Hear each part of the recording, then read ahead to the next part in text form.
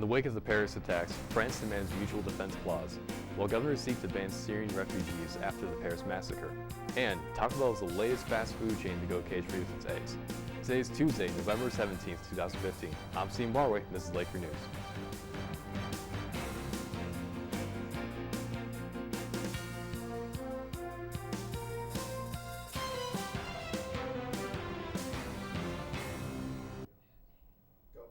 France became the first European Union country to request a 28-nation political bloc's mutual defense clause be invoked to secure in the wake of the Paris attacks that killed at least 129 people. France's defense minister made the demand on Tuesday.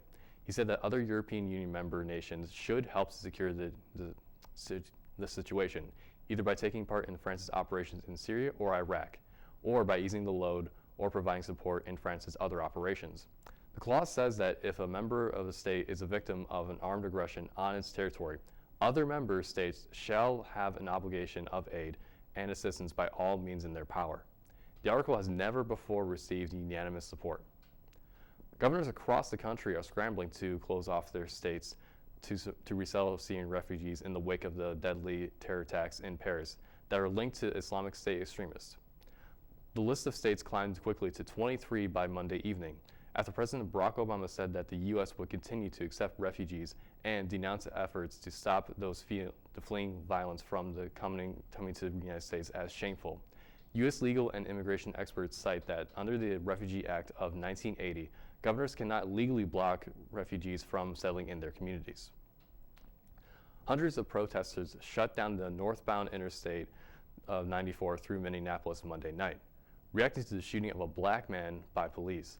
Authorities have released few details about the shooting of Jamar Clark, age 24, which has angered some community members after the witnesses said the man was handcuffed when he was shot.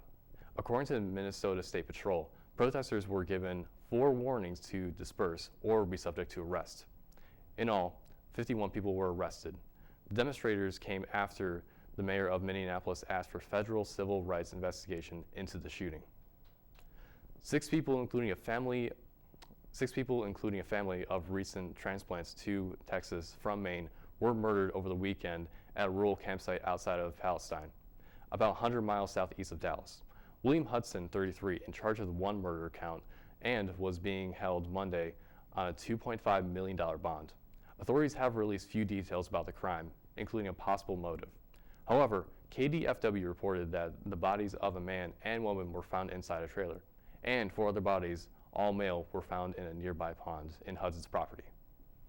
On Monday, Taco Bell became the latest fast food company to announce the plan to use only cage-free eggs.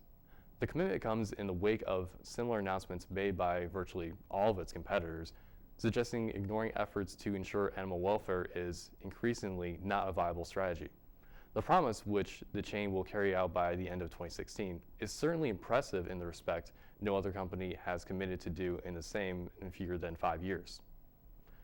Russia has confirmed for the first time on Tuesday that a homemade bomb brought down a Russian charter jet over the Sinai Peninsula in Egypt more than 2 weeks ago, killing all 224 people aboard. We can say definitively that this was a terrorist act. Alexander V. Rodnikov, the head of the Federal Security Service, said in remarks to Russia's Security Council.